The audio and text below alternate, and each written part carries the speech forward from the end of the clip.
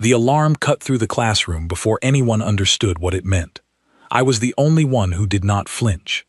My name is Kessa Lane, and I was sitting in the back row of Threndel Interstellar Academy, third seat from the door, exactly where I always sat. Not because I liked the view, because from that seat I could see every way out of the room and every way in, old habits from a world that never let you forget to check. The alarm was a long, rising tone, something between a siren and a scream. Every alien student in the room reacted at once, and every one of them reacted wrong. Wings folded flat, antennae dropped. A boy with pale blue skin 2 rows ahead of me made a small clicking sound and gripped the edge of his desk so hard his claws left marks in the metal. Our teacher, a tall being named Instructor Vel, with silver eyes and no visible mouth, froze mid-sentence. The words she had been saying about orbital trade routes just stopped, hanging in the air like they belonged to a different, safer moment. "That tone," said Ivy Marsh, the girl next to me, in a voice that had gone thin and high. "That tone means the outer hull. That means someone is outside the station who should not be outside the station." I already knew that. I had memorized every alarm tone on this station during my first week here, back when everyone thought it was strange that the new human girl asked so many questions about emergency systems instead of asking where the food court was. 3 months ago I had arrived on this station as one of the first humans ever accepted into the Concord's Academy program. Earth had only just been reclassified. For decades the wider galaxy had marked our planet with a simple warning label. Hazard world, no stable diplomatic contact advised. They knew we existed. They just assumed nothing intelligent could survive there long enough to build a civilization worth talking to. They were wrong, and it took them a very long time to admit it. When the first Concord scouts finally made contact, they expected to find scattered survivors clinging to the edges of a brutal, dying world. Instead, they found billions of us. Cities, music, arguments about football. They found people who had spent their entire evolutionary history being hunted, frozen, starved, flooded, and burned, and who had simply refused to stop existing anyway. It took the Concord almost a full standard year of study before they changed our classification from hazard world to protected member state. I heard once, from a diplomat who liked to talk more than he should, that the review committee argued for months over one single sentence in the final report. The sentence was this: "This species does not appear to understand that it should have gone extinct." I did not tell anyone at the academy that story. I did not tell them much of anything about home. When they asked, I just smiled and said Earth was nice. Actually, very green, lots of rain. It was easier that way. Easier to let them believe the quiet human girl who never raised her hand in class was exactly as fragile as she looked. But I always sat near the door. "Kessa," Ivy said, grabbing my sleeve. "What does it mean? Why aren't you scared?" I looked at her instead of answering right away. Ivy was kind. She had been the first student to sit with me on my first day, back when most of the others kept a careful, polite distance, the way you might stand a little farther back from a small dog that might, theoretically, bite. She had bright green eyes and skin that shimmered faintly when she was nervous, and right now she was shimmering so hard she almost looked like she was underwater. "It means something got through the outer perimeter," I said, keeping my voice even. "It doesn't mean we're in danger yet. It means we need to be ready in case we are." "Ready how?" This came from Oliver Grant, a boy across the aisle whose species had 4 arms and an excellent memory for academic facts, and almost no experience with anything resembling a real threat. His homeworld had been peaceful for over 6,000 years. He had told me once, proudly, that his people had not needed a word for war in over 200 generations. I had not told him that my people had needed several hundred words for it, in dozens of different languages, going back further than anyone could count. "Ready by staying calm," I said.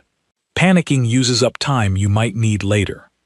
Instructor Vel finally moved. She raised both long, thin arms and made a gesture that I had learned meant "attention, please," in her culture's body language. Her voice, when it came through the translator disc on her collar, wavered slightly. Students, the alarm indicates a hull breach alert on the lower ring. Security has been notified. We are instructed to remain in the classroom with the door secured until further notice. A hull breach, whispered a small furred student near the front, whose name I had learned was Naira. Things do not breach a Concorde station hull by accident.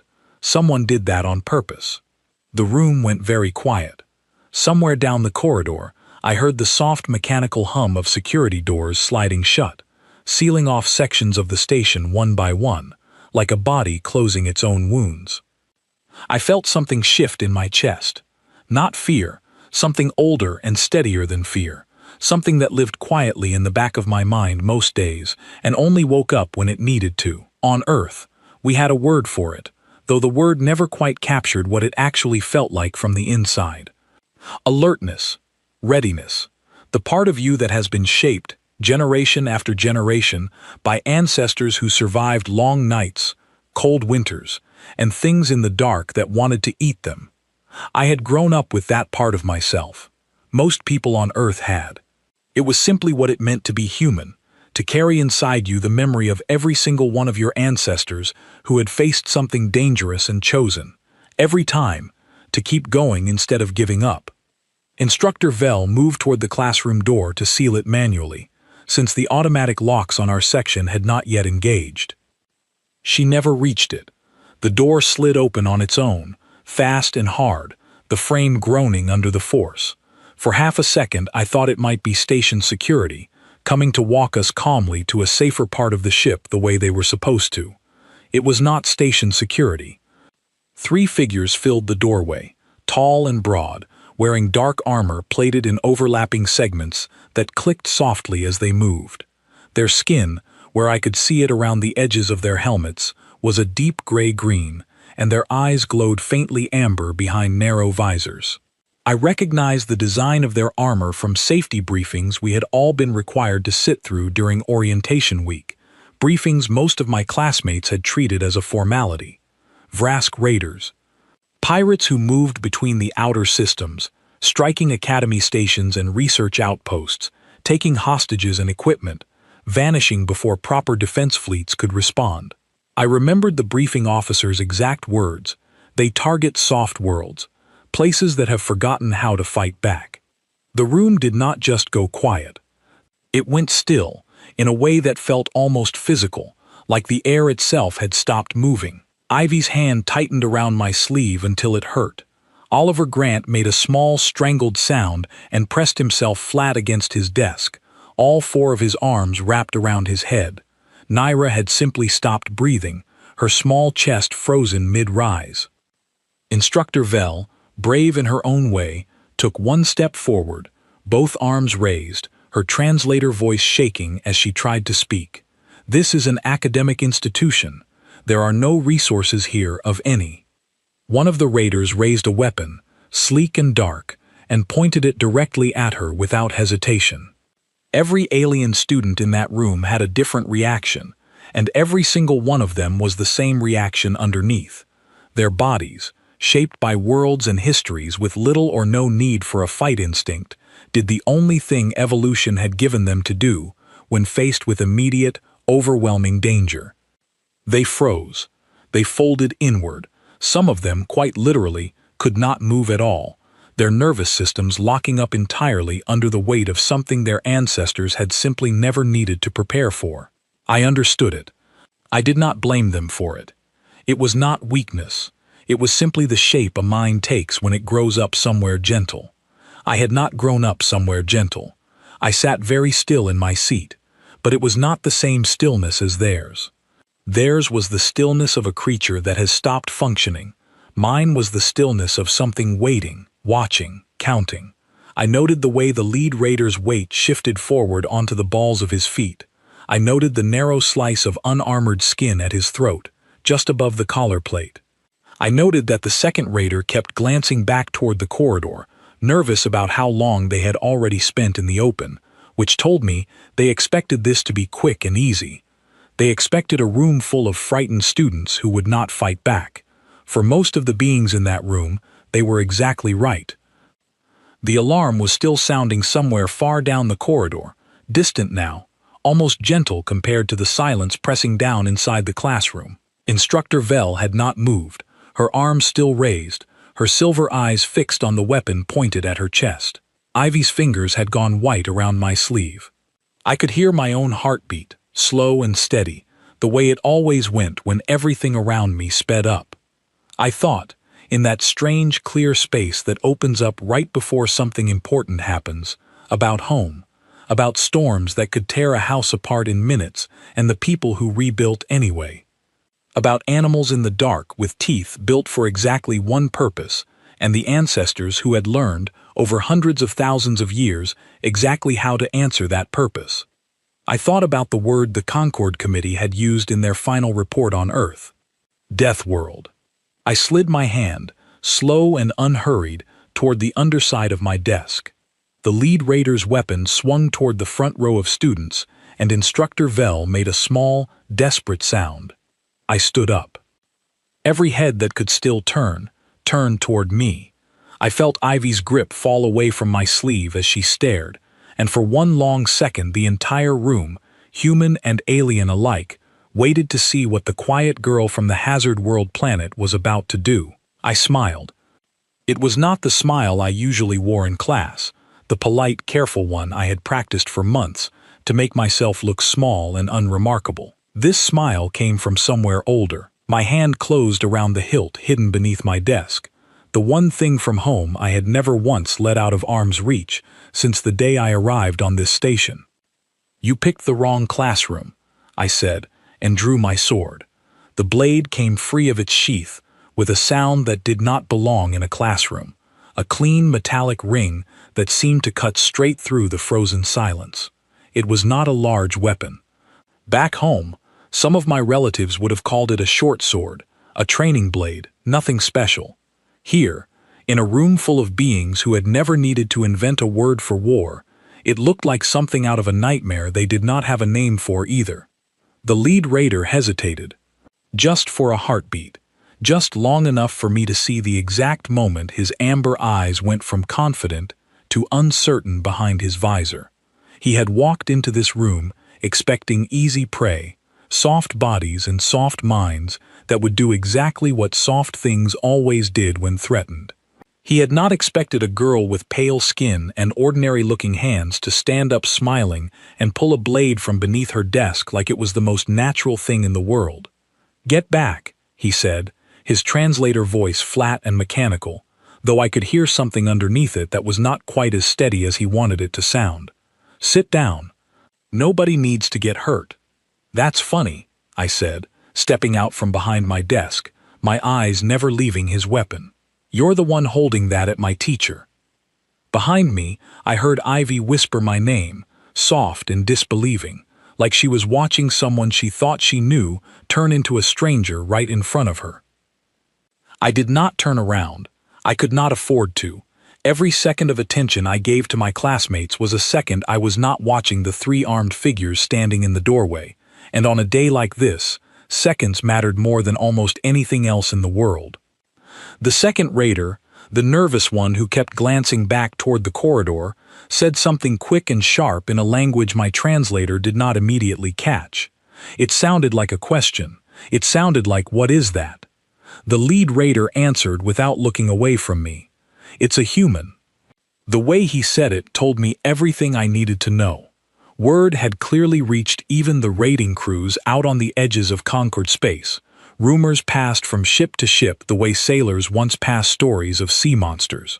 "Stay away from the Hazard World planet's people. Something is different about them." Rumors were not the same as understanding. I could see that in the way his weapon did not lower, in the way his stance shifted only slightly to account for me, instead of dismissing me entirely. He had heard the stories. He did not fully believe them yet. I decided to help him believe. I moved before he could adjust his aim, closing the distance between us in 3 quick steps, low and fast, the way my grandmother had taught me in a backyard that smelled like cut grass and rain, years before I ever imagined standing in a classroom on a station orbiting a star I did not even know the name of. My blade came up and across, not toward him, but toward the weapon in his hands, knocking it wide just as it fired. The shot went past my shoulder and struck the wall behind me, leaving a scorched black mark on the pale gray material. Someone in the room screamed.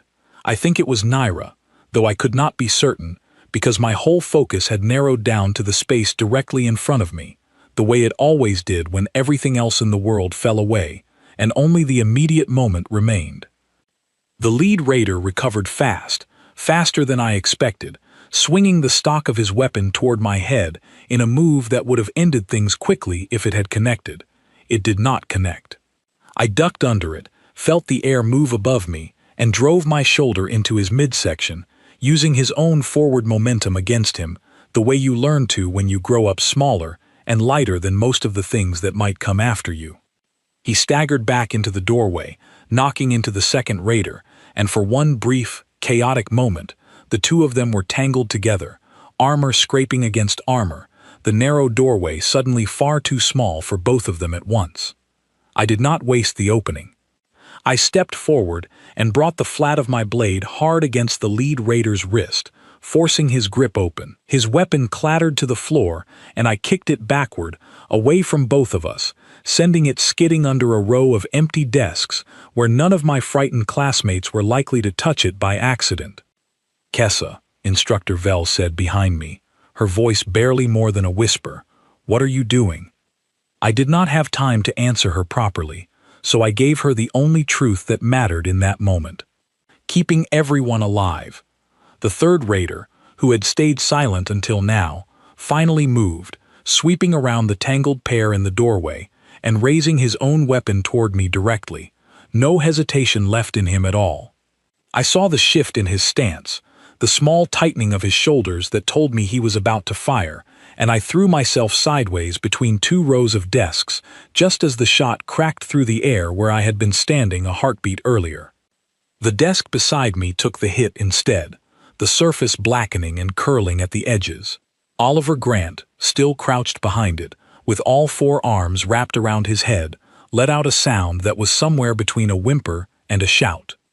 "Stay down," I told him, rolling back to my feet in one motion, blade still in hand. "Stay exactly where you are."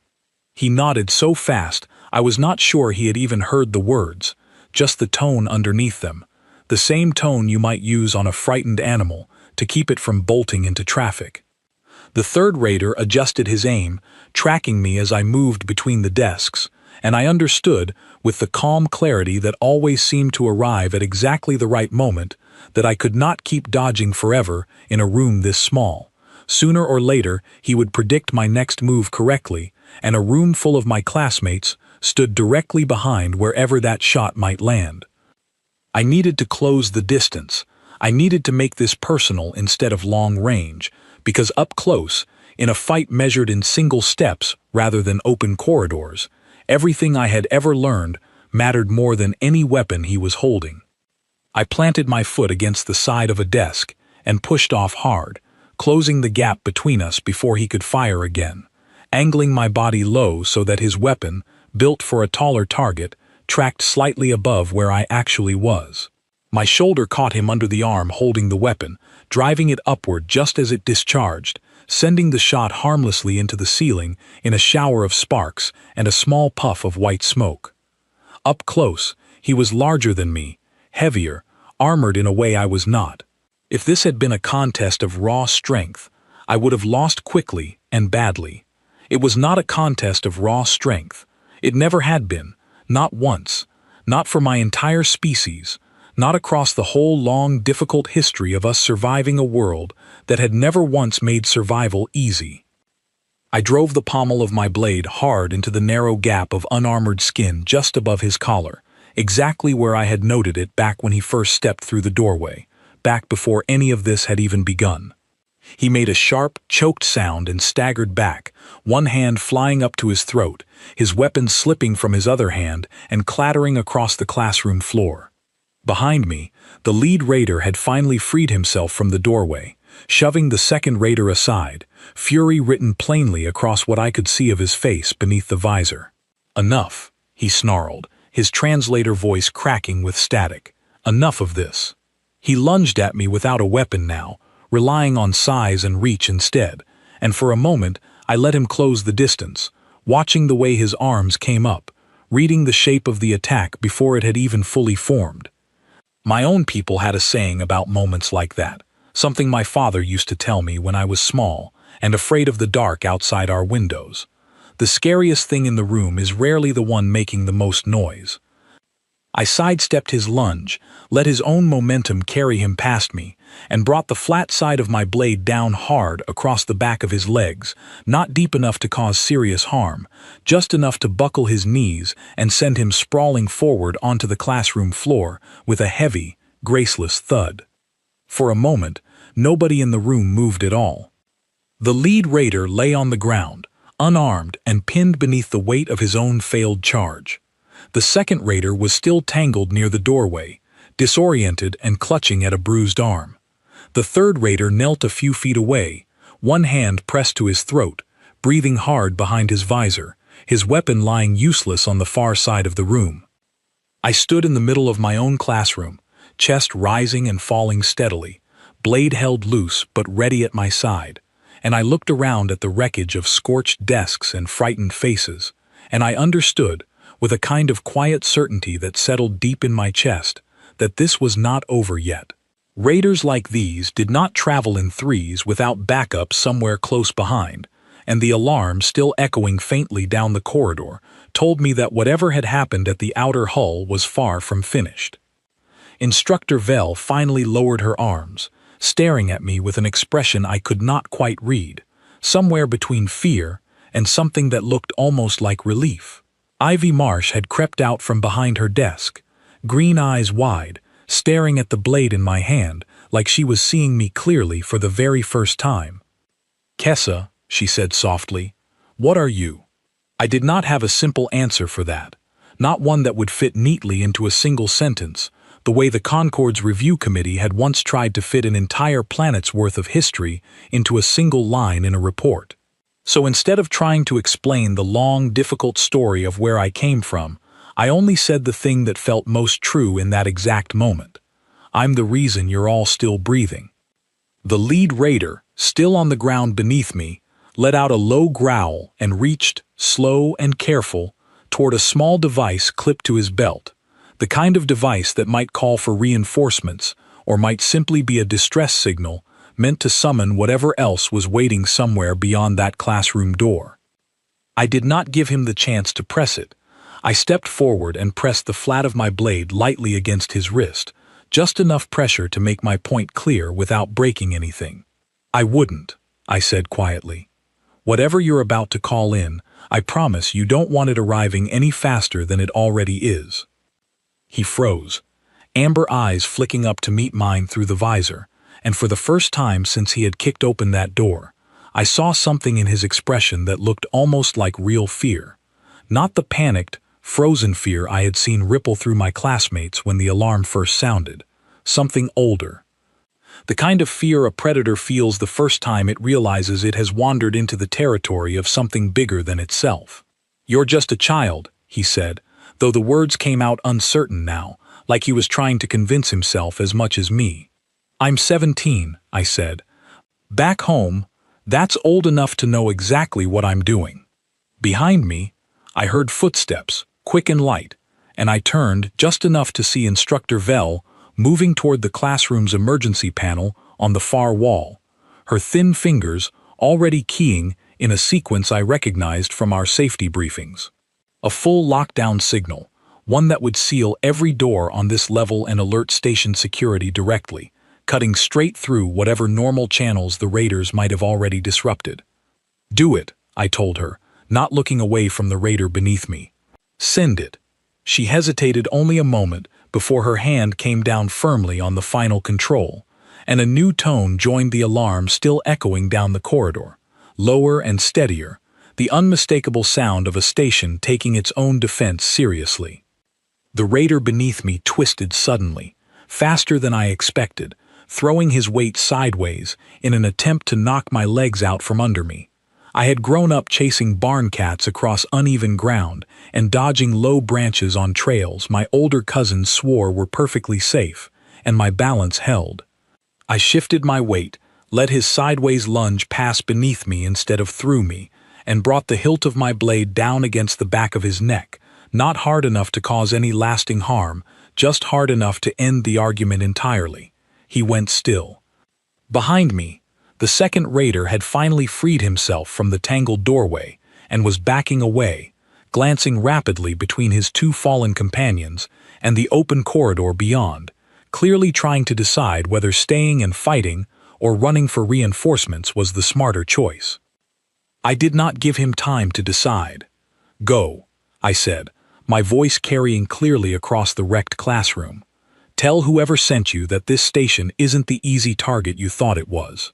For one long moment, he simply stared at me, and I understood, in the strange, clear way you sometimes understand things in the middle of chaos, that he was seeing something in front of him that did not fit anywhere in his understanding of the galaxy. A small, unarmored creature from a planet everyone had been taught to pity, standing calmly over two grown, armored raiders, blade steady in her hand, not even breathing hard. He turned and ran. I let him go. Chasing him into the corridor alone would have meant leaving my classmates unprotected, and protecting them mattered more to me than catching one frightened raider who was, in that exact moment, far more useful to me running scared and spreading word of what had happened here than he would have been captured and silent. The classroom was quiet again, but it was a different kind of quiet than before. Not the frozen, terrified silence from when the raiders first burst through the door. This was the hushed, uncertain silence of an entire room slowly trying to understand what it had just witnessed. Ivy was the first to move, stepping carefully around an overturned desk to stand beside me, her green eyes flicking between my face and the blade still in my hand. "You've had that this whole time," she said. "Under your desk, this whole semester." "Since my first day," I admitted. "Why?" I thought about how to answer that honestly, without making it sound stranger than it needed to. On Earth, carrying something for protection was not considered strange at all. It was considered sensible. It was considered exactly the kind of quiet preparation that generations of my ancestors had passed down. The same instinct that made people check the weather before a hike, or lock a door before sleeping, or in my case, keep something close at hand on a station full of strangers from worlds I did not yet understand. "Because where I'm from," I said, "you learn early that the world doesn't always warn you before something goes wrong. You learn to be ready anyway." Naira, still crouched near the front of the room, finally uncurled from the tight protective ball she had folded herself into, her small furred body trembling slightly as she looked around at the scorched desks and the two unconscious raiders lying near the doorway. "I have never seen anything move the way you just moved," she said quietly. "My people do not have a word for what you just did." "We do," I said. "A lot of them, actually." Instructor Vel crossed the room slowly, her silver eyes fixed on me with an expression I still could not quite place, something caught between gratitude and a kind of careful, dawning understanding. "The lockdown signal has gone out," she said. "Security should be here within minutes. But Kessa, that alarm at the start, the one for the outer hull breach, it hasn't stopped." That detail settled into my chest like a stone dropping into still water. She was right. Somewhere beneath the new lockdown tone, the original alarm was still sounding, distant but constant, which meant that whatever had breached the outer hull in the first place had not been fully dealt with yet. The three raiders who had come through our door were not the whole story. They were, at best, a small piece of something much larger still unfolding somewhere else on this station. I thought of my parents, back on Earth, who had raised me on stories about storms that arrived without warning and required whole communities to work together to survive them. A single storm rarely announced its full size at the start. You learned to prepare for more than what you could immediately see, because the things you could not yet see were often the ones that mattered most. "We need to move," I said, already crossing the room toward the two fallen raiders, checking quickly to make sure neither of them was likely to wake and cause trouble again soon. If there are more of them, and there's still an active breach, staying in one room isn't safe forever. Eventually they'll come looking for the ones who didn't report back. Move where? Oliver Grant asked, finally uncurling from behind his ruined desk, his forearms shaking slightly as he tried to stand. Instructor Vell said to stay in the classroom until further notice. That was before 3 armed raiders walked through the door, I said. Further notice just changed. I could see the fear still sitting heavy in the room, in the way Naira's fur stood on end, in the way Oliver's hands trembled even as he tried to steady them, in the way even Instructor Vell, an adult who had spent years teaching students far more experienced than any of us, looked shaken in a way I had never seen from her before. This was not a species built for moments like this. None of them were. But I had grown up hearing stories about people who were not built for hard moments either, and who found a way through them regardless. Courage, my grandmother used to tell me, was never really about not being afraid. It was about deciding in the moment that mattered most to move forward anyway. Listen to me, I said, keeping my voice steady, the same tone I imagined 1,000 generations of my own ancestors had used on frightened children huddled around a fire while something moved in the dark beyond the light. I know this is not what any of you trained for. I know your homeworlds never asked this of you before. But right now, the safest thing any of us can do is stay together and stay smart. I can help with the smart part. I need you to help with the together part. Ivy straightened first, wiping her eyes with the back of her hand, her shimmer settling into something steadier. What do you need us to do? Stay close to me, I said. Stay quiet. If I tell you to move, move fast. If I tell you to stay still, stay still. Can you do that? She nodded, and slowly, one by one, the rest of the room nodded with her. Even Oliver, even Naira, even Instructor Vell, all of them looking to me now, the way I imagined people back home might once have looked to whoever in their group happened to be the steadiest in a crisis. Not because that person was the strongest or the smartest, but because someone had to hold the center, and in that classroom, on that station, in that exact moment, it was me. I moved toward the classroom door, blade held ready at my side, and looked out into the corridor beyond. It stretched long and empty in both directions, lit by the pulsing red glow of the lockdown lighting, the distant alarm still echoing faintly from somewhere below. Smoke drifted lazily near the ceiling, curling around the emergency lights, and somewhere far off I could hear the muffled sound of voices shouting in a language my translator struggled to fully parse. Kessa, Instructor Vell said quietly behind me, how do you know how to do any of this?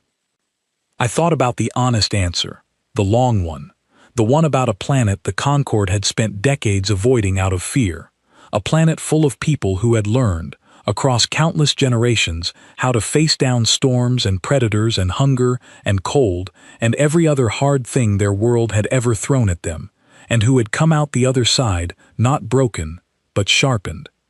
Instead, I gave her the short version, the one that felt truest in that exact moment, standing in a scorched doorway with a blade in my hand and an entire room of frightened classmates waiting behind me. Earth doesn't let you forget how, I said. Now stay behind me. We're moving. I stepped out into the corridor, and the others followed. The corridor smelled of scorched metal and something sharp and chemical that I did not recognize. Red emergency lighting washed everything in a dim, pulsing glow, throwing long shadows across the walls that made every doorway look like it might be hiding something. I kept my steps slow and deliberate, blade angled low, listening for anything beneath the distant wail of the alarm. Behind me, my classmates moved in a tight, nervous cluster, exactly the way I had asked them to. Ivy stayed closest, her shimmer still faintly visible even in the dim light. Oliver Grant had positioned himself near the back, all 4 arms tense at his sides, glancing over his shoulder every few steps.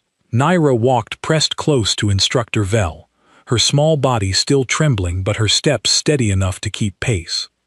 We passed a section of wall that had buckled inward, metal peeled back like the skin of something wounded, and through the gap I could see open space beyond, stars scattered across the black, and the faint shimmer of an emergency containment field holding the atmosphere in place where the hull had actually been breached.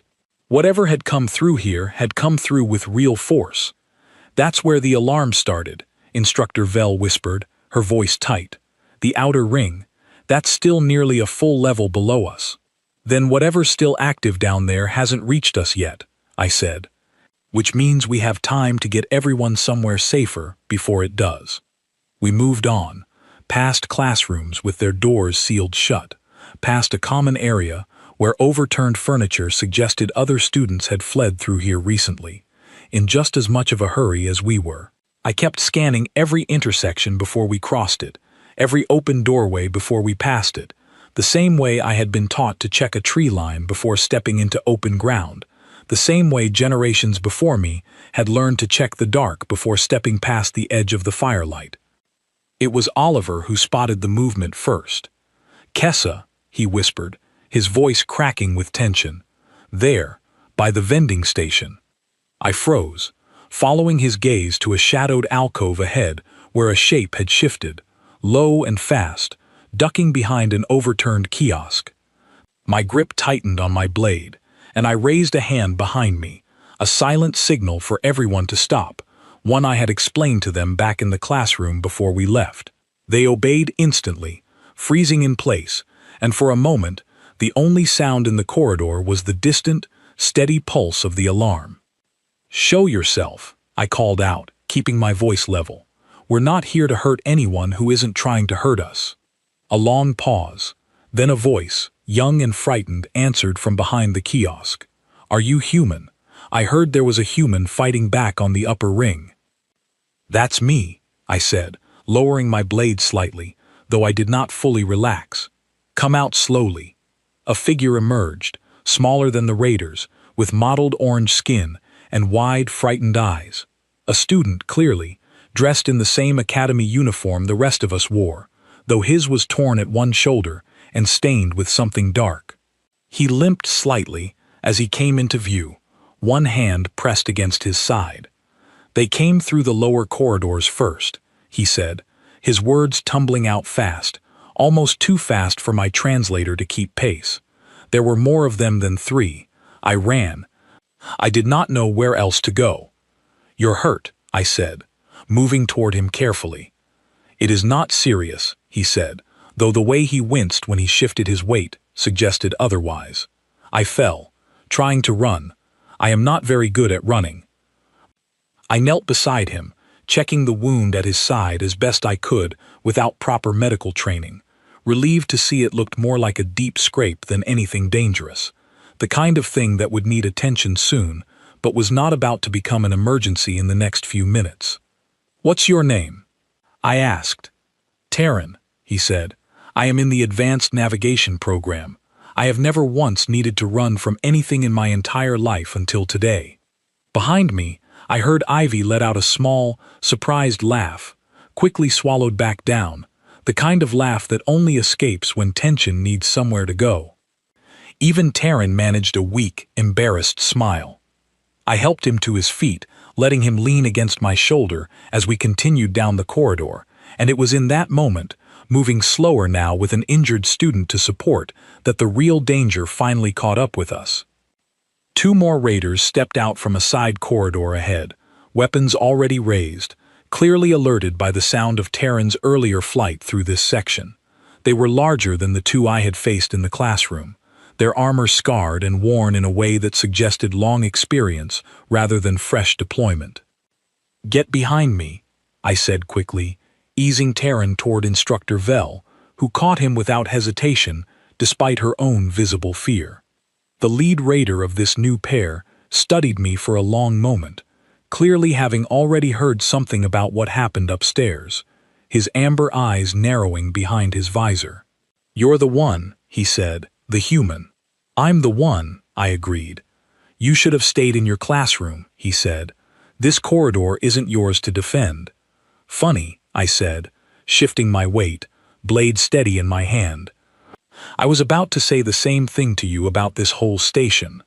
He moved first, faster than either of the raiders from the classroom, clearly more experienced, and I barely had time to bring my blade up before his weapon's stock cracked against it, the force of the blow rattling up through my arm. I gave ground, letting the impact carry me back a step rather than trying to meet his full strength head-on, the same lesson my grandmother had drilled into me across 100 backyard practice sessions. Meet strength with strength, only when you have no other choice. Otherwise, let it pass you by, and strike when it has nowhere left to go. Behind him, the second raider raised his weapon toward the huddled group of my classmates, and that was when Terran, injured and limping, did something I had not asked him to do and had not expected at all. He threw himself forward, shoving Instructor Vel and Naira out of the direct line of fire, taking the impact of the shot meant for them across his already wounded shoulder instead. He cried out, crumpling to the floor, and the sound of it cut through me sharper than any blade could have. "No," I said, and something in my voice changed, dropped lower, colder. The same tone I imagined must have echoed across 1,000 battlefields throughout my planet's long, difficult history whenever someone watched a person they were meant to protect get hurt anyway. I turned from the first raider and closed the distance to the second one before he could fire again, moving faster than I had moved all day, driven by something that went beyond training now, something that lived deeper than technique. I knocked the weapon from his hands with a strike that left my own arm aching, and when he reached for a smaller blade at his belt, I was already there, disarming him just as quickly, leaving him stumbling backward against the corridor wall. The first raider recovered and came at me again from behind, and I spun to meet him, blade catching his next strike, sparks flying where metal met metal.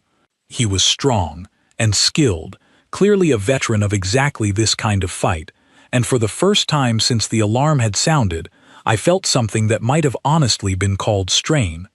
But strain was not the same as defeat. My people had never confused the two. I ducked low under his next swing, felt it pass close enough to stir my hair, and drove forward with everything I had left, catching him solidly across the ribs with the flat of my blade, hard enough to knock the breath from him and send him staggering into the wall beside his companion. Both raiders stood there for a moment, breathing hard, weapons scattered on the floor around them, staring at me with an expression I was beginning to recognize now, the same one I had seen back in the classroom. Disbelief slowly curdling into something closer to real fear. "She's not worth it," the second raider muttered, glancing sideways at his companion. "None of this is worth it. Deathworlders don't fight like this because they were trained to. They fight like this because they don't know how to stop." I stood between them and my classmates, chest heaving, blade steady despite the ache spreading through my arm, and I did not correct him because in that moment I was not entirely sure he was wrong. The two raiders exchanged a quick, tense glance, then turned and retreated back down the side corridor without another word, moving fast, clearly deciding that whatever reward waited for them on this station was not worth whatever price this particular hallway seemed determined to charge. I let out a slow breath and turned immediately back to Terran, who was propped against the wall with Instructor Vel kneeling beside him, pressing a torn piece of fabric against the fresh wound on his shoulder. "That was extremely foolish," I told him, kneeling down to check the injury myself. "Perhaps," Terran said, wincing but managing another small, tired smile. "But you did the same thing for all of us back in the classroom. I only followed your example." I did not have a good answer for that, so I simply focused on helping Instructor Vel steady the makeshift bandage, and around us, the rest of my classmates finally began to breathe again. The immediate danger passed, at least for now, though the alarm still echoed faintly somewhere below, a reminder that this long, strange day was not quite finished with any of us yet. We did not stay in that corridor long. I helped Terran to his feet again, letting him lean on Oliver this time, whose 4 arms turned out to be surprisingly useful for exactly this kind of support once he found the courage to stop shaking long enough to use them. Instructor Vel took the lead position beside me now, no longer hesitating, her earlier fear replaced by something steadier, something that looked a little like determination. We found a wider junction a short distance further on, close enough to a working communication panel that Instructor Vel was able to reach station security directly, her voice clipped and precise as she reported our location, the number of students with us, and the 2 disabled raiders we had left behind in the classroom. I listened with half an ear while I kept watch on the corridors branching away from us in 3 different directions, still alert, still counting exits the way I always did, even now. They say reinforcement teams are moving through the lower ring, Instructor Vel reported after she finished the call. The main breach point is nearly contained. They want us to hold position here until an escort arrives. How long? I asked. 10 minutes, perhaps less. 10 minutes was a long time to stand exposed in an open junction, but it was also, I reminded myself, a very short time compared to how long this day had already felt. I settled into a position near the center of the group, blade still in hand, watching the shadows the way I imagined my ancestors once watched the tree line at dusk, waiting for whatever might or might not emerge from it. Nobody spoke for a while. The alarm had finally gone quiet somewhere below, replaced by a calmer, steadier tone that Instructor Vel explained meant the breach had been sealed. Slowly, the tension in the group began to ease, replaced by something quieter and more thoughtful, the kind of silence that follows when people who have just survived something together are still trying to understand exactly what they survived. It was Ivy who finally broke it. "Kessa," she said softly, sitting down on the floor beside me, her back against the wall. "Back in the classroom, when the alarm first went off, you didn't even flinch. Not once. How is that possible?" I thought about how to answer honestly, without making it sound like something out of a story designed to impress her. "I grew up somewhere that teaches you early not to waste time being surprised by danger," I said. "It doesn't mean I wasn't scared. It just means being scared and freezing up were never the same thing. Not where I'm from." "I have read about Earth," Naira said quietly from across the junction, still leaning against Instructor Vel for comfort. "Before you arrived, I looked up everything I could find. The files describe extreme weather, large predators, diseases with no known origin, a planet where the environment itself seems determined to test everything living on it." "That's most of it, yes," I said. "And you grew up there," she said, as though she were still trying to fully believe it. "Just like this, as a child." "We all did," I said. "Every human you'll ever meet grew up on a planet like that. It's not special to me. It's just what home is." Taryn, still resting against Oliver's shoulder, managed a small, tired laugh. "I think, after today, I finally understand why the Concord took so long deciding what to do about your species. I do not think anyone quite knew how to write a report explaining people like you." I thought about that for a moment, about the long, careful review process that had eventually reclassified Earth from a hazard world into a protected member state, about the diplomat who had once told me, half joking, half serious, that the final committee argued for months over a single sentence describing us. "This species does not appear to understand that it should have gone extinct." I had always found that sentence a little funny, honestly, in a quiet, private way I rarely shared with anyone. Not because it was untrue, because it missed the point slightly. We did understand, in a way, exactly how dangerous our world could be. We understood it better than almost anyone. We simply refused to let that understanding stop us from living anyway. Footsteps echoed down the corridor ahead of us, quick and organized, and a moment later a full security team rounded the corner. Weapons lowered the instant they recognized Instructor Vel's uniform and the cluster of frightened but unharmed students behind her. Their leader, a broad-shouldered officer with deep blue skin, surveyed the scene quickly, taking in Taryn's bandaged shoulder, the scorch marks still faintly visible on some of our uniforms, and finally settling on me and the blade still resting steady in my hand. "You're the human student from the upper classroom," he said. It was not quite a question. "Kessa Lane," I said. "We received reports of 2 disabled raiders left secured in a classroom on this level," he said. along with a description of a student who single-handedly stopped an armed incursion before security forces could arrive. "That would also be me," I said. He studied me for a long moment, the same careful, recalculating expression I had seen on nearly every face today, the look of someone quietly rewriting an assumption they had walked in holding. Then he did something I had not expected. He offered a small, respectful nod, the kind reserved, in most cultures I had studied, for someone whose actions had genuinely earned it. "The Concord will want a full account of what happened here," he said, "but for now, let's get everyone somewhere safe." The walk back through the station felt entirely different from the walk we had just taken through it.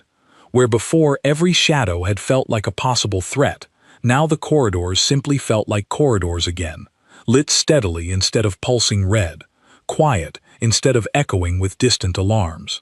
Other students and staff members watched us pass, whispers following in our wake, most of them clearly already aware that something extraordinary had happened somewhere on this level today. By the time we reached the main gathering hall, word had spread further than I expected. Students from other classes crowded near the entrance, watching as our group walked in, Taryn still supported between Oliver and Instructor Vell, all of us a little scorched and a little shaken but very much alive. I heard my name repeated in several different translated dialects at once, always with the same faint note of disbelief attached to it. I did not enjoy the attention, if I am honest. I had spent 3 months carefully cultivating the image of a quiet, unremarkable student, and in the space of perhaps 20 minutes, that image had been entirely and permanently undone. But I also understood, standing there in that crowded hall, that there was no putting it back the way it had been before, and perhaps, in the end, that was not entirely a bad thing. Ivy stayed close beside me through it all, and at one point, as the crowd finally began to thin, she leaned over and asked the question I suspected she had been holding back the entire walk from the corridor. "Are all humans like you?" I considered the question carefully before answering, because it deserved a careful answer. "Not exactly like me," I said. "We're all different, the same as any species, but that part, the part where we don't stop just because something is frightening, that part is pretty common where I'm from. It's not really a choice. It's just how we're built. I think," Ivy said slowly, "that I understand now why the Concord was so nervous about your planet for so long." "Probably," I agreed.